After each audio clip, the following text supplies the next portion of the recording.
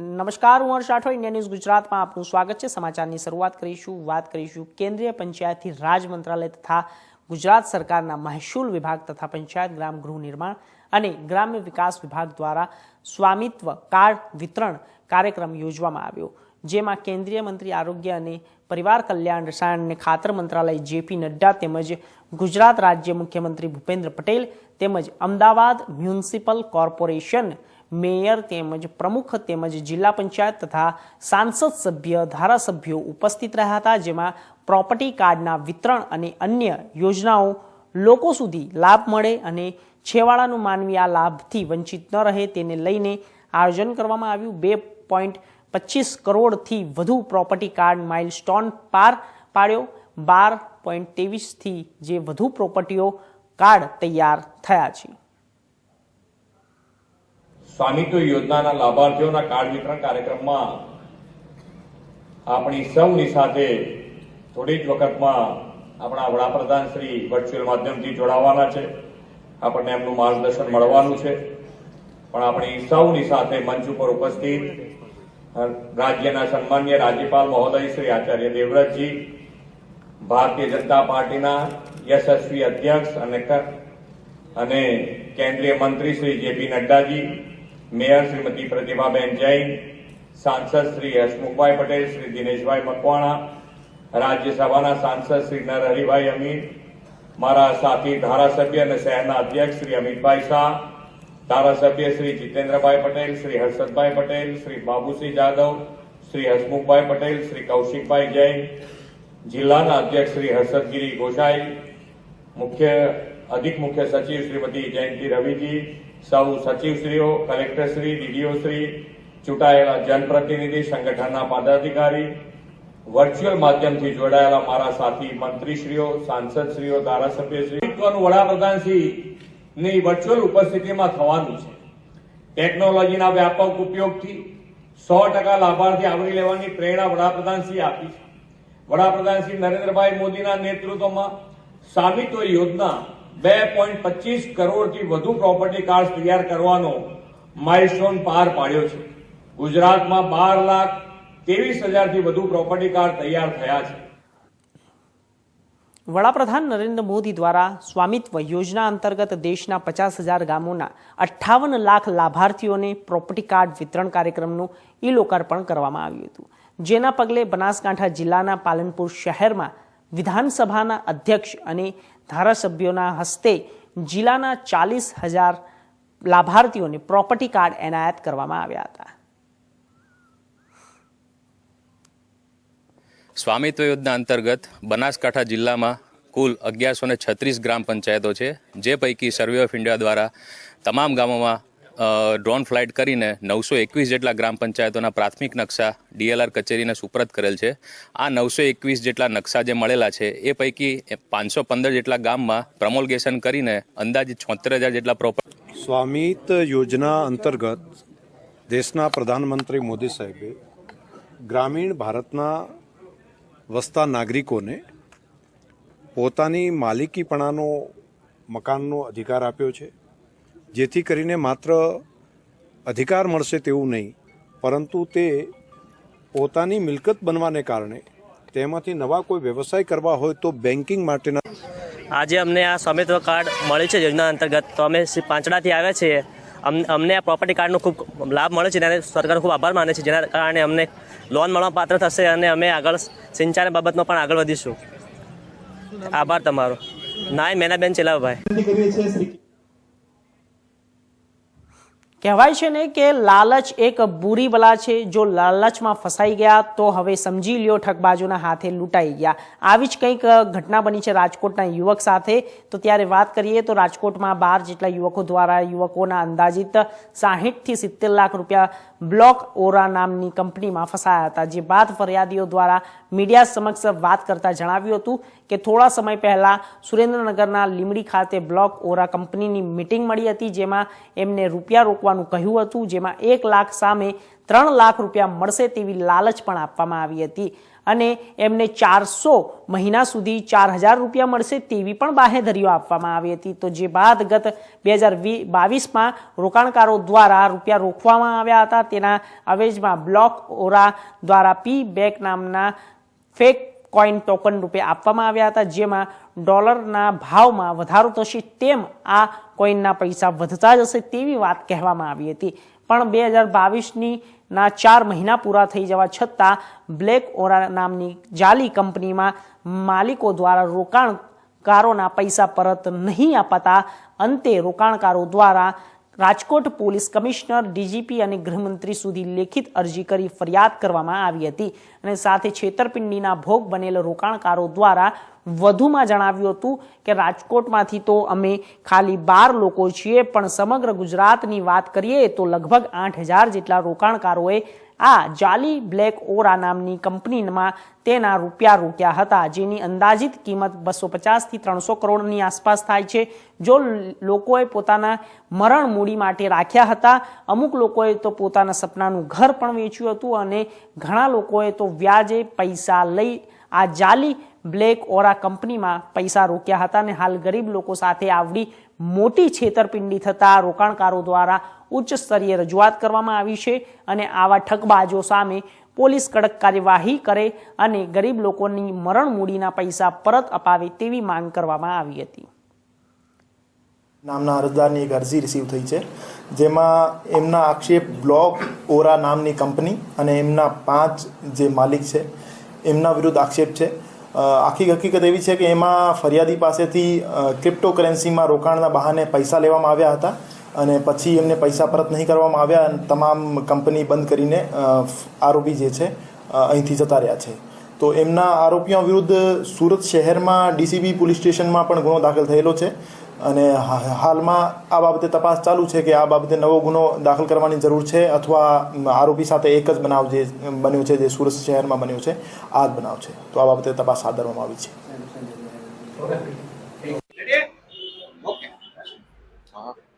મારું નામ મોહસિન મુલતાની છે અને આ જે બ્લોક ઓરાના નામે ગુજરાતની અંદર ઘણા જણા જોડે ફ્રોડ કરવામાં આવ્યું છે અને બ્લોક ઓરાના મેન ફાઉન્ડર છે ફિરોઝ મુલતાની, ટેકનિશિયન ફાઉન્ડર છે નીતિશ જગતિયાની અને ગુજરાત હેડ છે મકસૂદ સૈયદ અને સૌરાષ્ટ્ર હેડ છે ફિરોઝ મનુભાઈ મુલતાની અને માર્કેટિંગ હેડ છે અઝરુદ્દીન મુલતાની। તમને કેવી રીતના સ્કીમો સમજાવતા, ક્યાં મીટિંગો કરી અને શું આખું કેવડું રોકાણ છે રાજકોટમાં અને આખા ગુજરાત? બ્લોક ઓરાના નામે અમને લોકોને સ્કીમ સમજાવવામાં આવી હતી કે તમે 4,25,000 રૂપિયા રોકો ને એટલે 4,25,000 નું તમને વળતર મળે, પર ડે નું 4,000 રૂપિયા। એ 4,000 રૂપિયા તમને 400 દિવસ સુધી આવશે। તમને 4,25,000 ના 2,75,000 રૂપિયા વળતર પાછું મળશે તમને। પછી શું તમે કેટલા લોકોએ રોકાણ કર્યું? અમે લોકો લગભગ 12 જણાએ અરજી કરી છે। ટોટલ રાજકોટમાંથી 30 થી 35 જણાનો આંકડો હશે। કેટલું રોકાણ આખા ગુજરાતની અંદર હશે? કેટલા લોકોનું રોકાણ આખા ગુજરાતની અંદર હશે લગભગ સમજો 7 થી 8,000 જણાનું રોકાણ હશે। કેટલા કરોડ રોકાણ થાય? 250 થી 300 કરોડનો આંકડો નીકળે, વધારે નીકળે। હવે પૈસા માંગો છો તો શું જવાબ? હા, એટલે એ લોકો એક જ વાત કહે છે કે પૈસા આવી જશે, પૈસા આવી જશે। તમારો $100 વાળો અત્યારે 0.12 ચાલે છે, 5,500-6,000 રૂપિયાનો તમારો ટોકનનો ભાવ અત્યારે ચાલે છે 10 થી 12 રૂપિયા। તો એ લોકો એવું કહે છે કે $300 થાય ત્યાં સુધી શાંતિ રાખજો, તમને પૂરું વળતર મળશે। પૈસા અમે આ દે તો કાલ તમને આપી દઈશું, તમે બીજું બીજું કંઈ કરતા નહીં। આ 300 કરોડ રૂપિયા એ લોકો શેમાં રોકાણ કરી? હવે એ ખ્યાતિકાંડનો મુખ્ય આરોપી કાર્તિક પટેલની ધરપકડનો એક મામલો સામે આવ્યો। અમદાવાદના ક્રાઇમ બ્રાન્ચે ઇન્ટરનેશનલ એરપોર્ટ પરથી આરોપી કાર્તિક પટેલની ધરપકડ કરી હતી। ધરપકડ કરતાની સાથે કુલ 8 આરોપીઓની ખ્યાતિ કાંડમાં ધરપકડ કરવામાં આવી છે। ખ્યાતિ હોસ્પિટલમાં 3800થી વધુ દર્દીઓ PMJY યોજનાનો લાભ લીધો છે। ખ્યાતિ હોસ્પિટલમાંથી સાથે 33 એકાઉન્ટની પણ તપાસ કરવામાં આવશે। 2022માં કાર્તિક પટેલે ખ્યાતિ હોસ્પિટલ શરૂ કરી હતી। 3 નવેમ્બર અને ઓસ્ટ્રેલિયા ગયો હતો। આરોપી 11 નવેમ્બરે ખ્યાતિ હોસ્પિટલના કાંડ બન્યા હતા। तो पकड़ा गया है और अभी जो बाकी जो थे मुख्य जो चेयरमैन कार्तिक पटेल, जिस जानकारी के हिसाब से वो दुबई मतलब रह रहे थे पिछले कई टाइम से, वो आज अहमदाबाद आने से उनके खिलाफ लुकआउट सर्कुलर जो जारी किया गया था, उसकी वजह से अहमदाबाद पुलिस ने मतलब एयरपोर्ट पुलिस के बाहर डिटेन किया गया था। उसके बाद उनको क्राइम ब्रांच को सौंपा गया था। फिलहाल उनकी अरेस्ट की गई है और प्राथमिक उनकी पूछताछ के दौरान ये पता चला है कि वो 3 नवंबर को यहाँ से ऑस्ट्रेलिया गए थे अपनी पत्नी के साथ और वहां से वो न्यूजीलैंड गए थे। जिस दिन एफआईआर दर्ज हुई उसके बाद वहां से उन्होंने दुबई का वीजा मतलब लेके वो दुबई चले गए थे और पिछले 2 महीने से वो दुबई रह रहे थे। फिलहाल प्राथमिक पूछताछ में बताया गया था कि उनकी पत्नी की तबीयत काफी हद तक खराब थी और उनको मेडिकल ट्रीटमेंट की आवश्यकता होने की वजह से उनको ये फर्ज पड़ा कि वो तुरंत ही अहमदाबाद वापस आए और उनको आते ही इस केस में अरेस्ट किया गया है।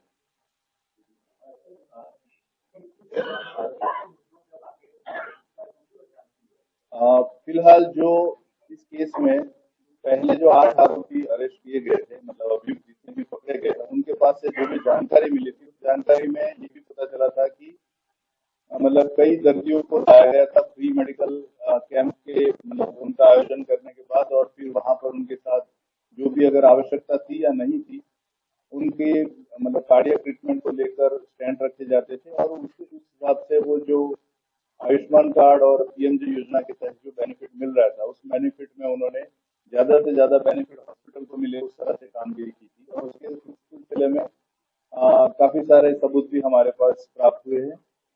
फिलहाल जो चेयरमैन जो रहे हैं ख्याति हॉस्पिटल के, उनकी पूछताछ में सारी चीजों की जानकारी फिर से मतलब एक बार ली जाएगी। उसके अलावा उनका किस किस हाल में जो रोल रहा है मतलब हॉस्पिटल रन करने से लेके बाकी जो गैररीति उसमें जो पाई गई है वो इसमें उनका कितनी भूमिका रही है, उन्होंने क्या क्या रोल प्ले किया है, तो सारी जानकारी इनकी पूछताछ में और बाकी के टाइम में वो ली जाएगी।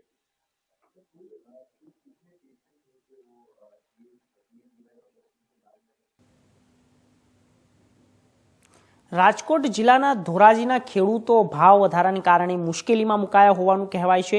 ધોરાજીના ખેડૂતોએ કહ્યું કે રસાયણ ખાતરમાં અસહ્ય ભાવ વધારાથી ખેડૂતોની કમર તૂટી જશે। આનાથી આગામી સમયમાં ઉનાળુ પાકોના વાવેતર પર અસર પડશે। ખાતરોના અસહ્ય ભાવ વધારાને કારણે ખેડૂતોમાં ખેતી વધુ મોંઘી બનશે। એક તરફ ચીજ વસ્તુઓના પૂરતા ભાવ નથી મળી રહ્યા તો બીજી તરફ રાસાયણિક ખાતરોના ભાવમાં વધારો થયો છે। તલ, ઉનાળુ, મગફળી, મકાઈ, ડુંગળી વગેરે જેવા ઉનાળુ પાક ઉગાડવામાં મોંઘા થશે। ઉનાળુ પાક છે એ સિઝન પૂરી થવા આવી છે। હવે ટૂંક સમયમાં પાકની તૈયારી છે અને નવા વાવેતર હવે ચાલુ થશે। ઉનાળુ એમાં મગફળી, પછી તલ, પછી કઠોળ આવા નવા પાક વાવેતર થશે અને એમાં રાસાયણિક ખાતરની ખાસ જરૂર પડે છે। અત્યારે દેશી ખાતર તો મળે એમ નથી ખેતીને, બરોબર છે, કશું છે નહીં, એને હિસાબે દેશી ખાતર મળે એમ નથી એટલે ના છૂટકે રાસાયણિક ખાતર ઉપર જ ખેડૂતોને પાક લેવો પડે છે। તો આ સરકારે તોતિંગ ભાવ વધારો કરી અને ખેડૂતોની કમર તોડી છે। તો આ સરકાર છે એ તમારું નામ અને વિગત, ખાતર ભાવ વધારાથી શું થશે? રણછોડભાઈ છગનભાઈ અંતાળા, ધોરાજી। ખાતરના ભાવને હિસાબે ખેડૂતને તકલીફ બહુ પડે છે। ત્યાં સરકારને આ કેવી રીતે બને કે ભાવ વધારીને કે ખેડૂતને શું કરવું? કેવી ખેતી કેવી ખર્ચાળ થશે? ખેતી જેમ ખાતરના ભાવ વધી ગયા છે તો ખેતી ખર્ચાળ થઈ ગયા છે, ખેડૂત વાંહે કાંઈ વધતું નથી। પૂરતા ભાવ મળે? પૂરતા ભાવ મળતા નથી। આ ભાવ વધારાને લઈને ખેડૂતોમાં કેવો ક્રોધ? મારું નામ વસંતભાઈ, ગામ ધોરાજી। હવે આ સરકારે અચાનક 250 રૂપિયા તોતિંગ વધારો કર્યો છે 50 કિલોની બેગમાં રાસાયણિક ખાતરની અંદરમાં, તો ખેડૂતને માઠી અસર પડશે। અત્યારે જે કપાસના ઉત્પાદન કાંઈ આવ્યા નથી, 10-12 મણ કપાસ ત્યાંથી આગળ નીકળી જશે। એમાં ઉનાળુ તલ, મગફળી, મગ, અડદ આવી જણસીના વાવેતર થશે। તો આ ખેડૂતને કમરતોડ ભાવ, ખેડૂતની જણસીનો ભાવ મળતો નથી। આજે ખેડૂતના ઘઉં છે એ 1000 રૂપિયા મણ કરી નાખે અને એને ખાતરનો 2000 રૂપિયા ભાવ વધારો કરે તો અમને પણ ખેડૂતને કોઈ જાતનો વાંધો નથી। એક વાર એમ કહે કે અમે સંવેદનશીલ જઈ, અમે ખેડૂતને લક્ષી અમે જે કાંઈ કરવાનું છે કરે, શું કરો ખેડૂતને? વસંતભાઈ શું કહેશો?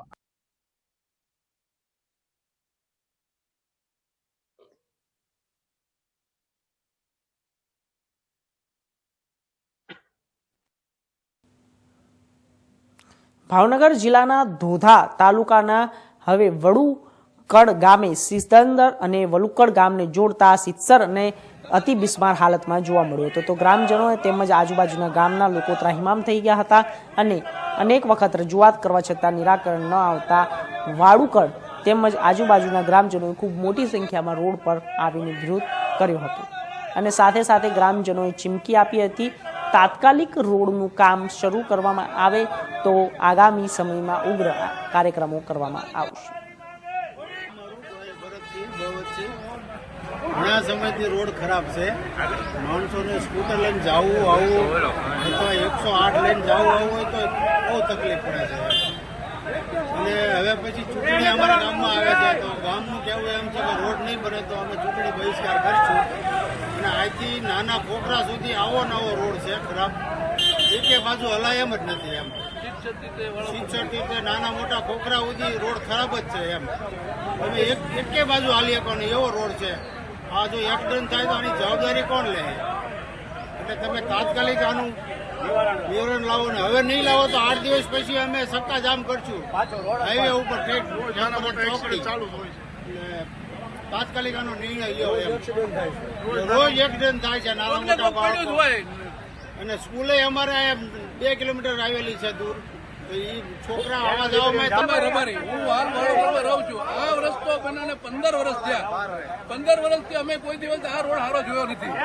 અત્યારે આ રોડ જે બગડ્યો છે એમાં ખાડા પૂરવા આવે તો જેવા પૂરી જાય કોઈ કમ્પ્લેટ ખાડા નથી પૂરતું. તમે તો જોઈ શકો છો અત્યારે આજથી 15 દિવસ પહેલા જે ખાડા પૂર્યા હતા એમાં કોઈ એમ કે આ ખાડો પૂરેલો છે તો આપણે ક્યાં ઇનામ આપવાનું એ લોકોને.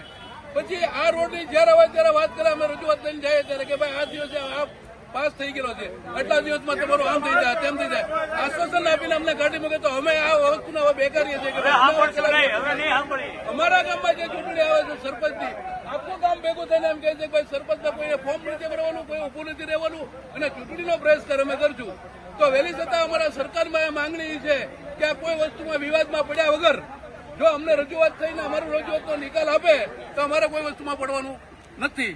એટલે નકર પછી આનાથી આગળ પગલા અમે લેશું. મતદાનનું તો બહિષ્કારનું આપણે કીધું છે કે આખું કામ કરે છે કે ભાઈ કોઈ સરપંચમાં કોઈ ઉભું રહેવાનું નથી. એટલે જેમ બને એમ અમારી અપીલથી વાત કરીએ. ધમકી કહો તો ધમકી રહેવાનું વાળુકડ તાલુકો ઘોઘા. તો આજે આ રોડ બન્યો એને 20 વર્ષ થયા છે. 20 વર્ષમાં થાંગડ થીગડ સિવાય કોઈ જે કઈ કરતા નથી. અને ઈ થીંગડા પૂર્યા છે અત્યારે મહિનો થયો પણ સુવિધા આવીને કોઈ ખાલી 1 મહિનો થયો છે. 1 મહિનામાં કોઈ થીંગડું નથી. પછી અમારે અહીંથી દવાખાને કોઈ બેન દીકરીને લઈ જઈ હોય તો પ્રસૂતિ થઈ શકે એવી પોઝિશન નથી. રસ્તામાં થઈ જાય. વચ્ચે ગામનો રસ્તો છે. વાહનની અત્યારે હરફર બહુ છે. 108 હાલે 108 પણ અહીંયા હાલે એવું. કેટલા કિલોમીટર સુધી આ રોડ ખરાબ છે? ક્યાં સુધી? 7 કિલોમીટર. હા, વાળોકડથી સિત્તેર સુધી. તમારી માંગણી શું છે? અમારે તાત્કાલિક રોડ બને ને અમારા ગામમાં સરપંચની ચૂંટણી આવે છે કોઈ ફોર્મ ને ભરવા નથી દેવાના કોઈ ભરવાનું નથી. આ ચૂંટણીનો બહિષ્કાર કરશું. મતદાન બહિષ્કાર કરશે. મતદાન બહિષ્કાર કરશું હાલ ભાઈ. એટલે જેમ જલ્દી બને એમ અમારો આનો નિકાલ આવે. હવે નહીં બને તો સરકાર ખાલી વાતો કરી રહી છે. રોડ મંજૂર થયો આજે 4થું વર્ષ છે. 55 કરોડમાં એમ કે મંજૂર થયો છે. 8 દિવસમાં નહીં થાય તો ઉગ્ર આંદોલન ગાંધીજી.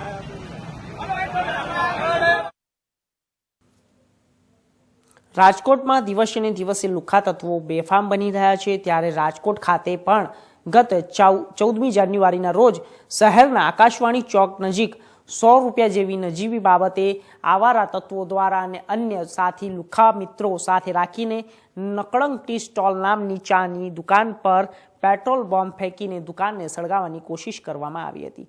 જેમાં સદનસીબે રાત્રિનો સમય હોવાથી ગ્રાહકોની ભીડ ઓછી હતી, જેથી કરીને ગંભીર ઘટના બનતા સહેજમાં અટકી ગઈ હતી. ત્યારે ઘટનાની જાણ રાજકોટના પોલીસ વિભાગના યુનિવર્સિટી પોલીસ સ્ટેશન ખાતે થતા સ્થાનિક પોલીસમાં ગંભીર ઘટના માટે સામેલ 4 આરોપીઓમાંથી 3 લુખ્ખા તત્વોનો ગણતરીના દિવસોમાં પકડી પાડી ઘટનાને સ્થળે લઈ જઈ સમગ્ર ઘટનાનું રિકન્સ્ટ્રક્શન કરવામાં આવ્યું અને સાથે ભવિષ્યમાં આવું કોઈ કૃત્ય બીજી વાર નહીં કરે તે માટે સ્ટોલ માલિક અને જાહેર જનતા સમક્ષ બંને ટપોરીઓ પાસે 2 હાથ જોડી માફી મંગાવી અને કાયદાનું ભાન કરાવ્યું હતું. નકલંગ ટી સ્ટોલ પર જે લુખા તત્વો દ્વારા પેટ્રોલ બોમ્બ ફેંકી ઘા કરવામાં આવ્યો ત્યારે અત્યારે પોલીસ દ્વારા ત્રણેય લુખા તત્વોને પકડી કાયદાનું ભાન કરવામાં આવી રહ્યું છે. આ એ જ આપણે જે દ્રશ્ય જોઈ રહ્યા છો એ જ નકલંગ ટી સ્ટોલ છે રાજકોટના જે આકાશવાણી ચોકમાં આવેલી દુકાન કે જ્યાં 2-3 દિવસ પહેલા જે લુખા તત્વો દ્વારા 100 રૂપિયા જેવી નજીવી બાબતે જે લુખા તત્વોએ છે તે પેટ્રોલ બોમ્બ ઘા કર્યા હતા. ત્યારે આપણી સાથે અહીંના ઓનર છે, આપણે એમની સાથે વાત કરીશું.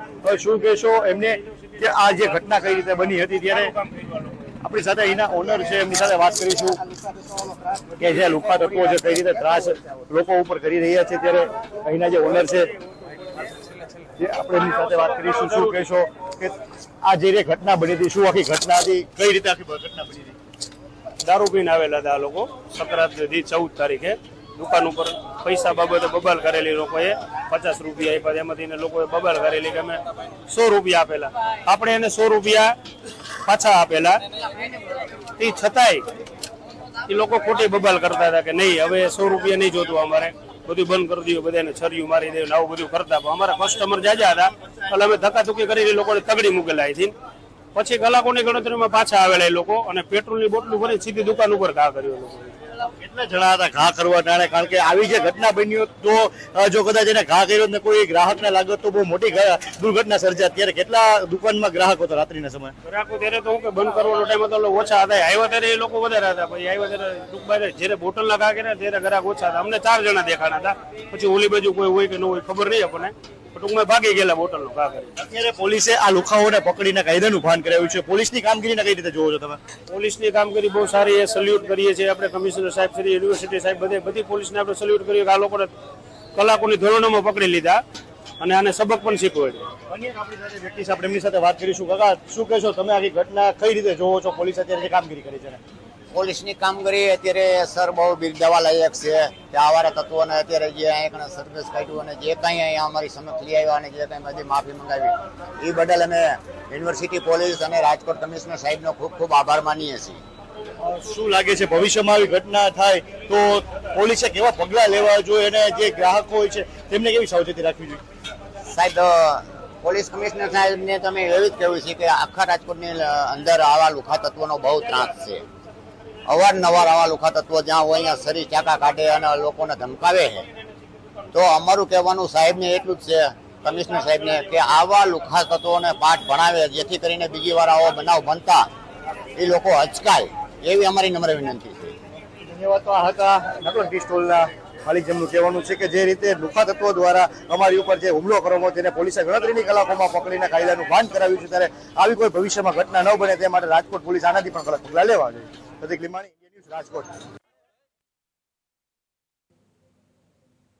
આણંદ જિલ્લાના ખંભાત ગ્રામ્ય પોલીસ મથકમાં પીએસઆઈના રાઇટર તરીકે ફરજ બજાવતું પોલીસ કોન્સ્ટેબલ 1.5 લાખની લાંચ લેતા એસીબીના છટકામાં રંગે હાથ ઝડપાઈ જતા પોલીસે કોન્સ્ટેબલની ધરપકડ કરી વધુ તપાસ હાથ ધરી છે. ખંભાત ગ્રામ્ય પોલીસે થોડા દિવસ પૂર્વે મોતીપુરા ગામમાં છાપો મારી વિદેશી દારૂનો જથ્થો ઝડપી પાડ્યો હતો, પરંતુ તેમાં આરોપી ફરાર થઈ ગયો હતો. તેમજ આ દારૂબંધીના કેસમાં એક અન્ય શખ્સનું નામ પણ ખુલ્યું હતું, જેથી અરજદારોએ દારૂના કેસમાં પોતાના મિત્રોને પોલીસ મથકમાં હાજર કરવા અને આ કેસમાં પોતાનું નામ ખુલે નહીં તે માટે ખંભાત ગ્રામ્ય પોલીસ મથકનો સંપર્ક કર્યો હતો. ત્યારે પીએસઆઈના રાઇટર તરીકે ફરજ બજાવતા પોલીસ કોન્સ્ટેબલ રોશનકુમાર જગદીશભાઈ વણકર અને અરજદાર પાસે 2 લાખની લાંચની માંગણી કરી હતી.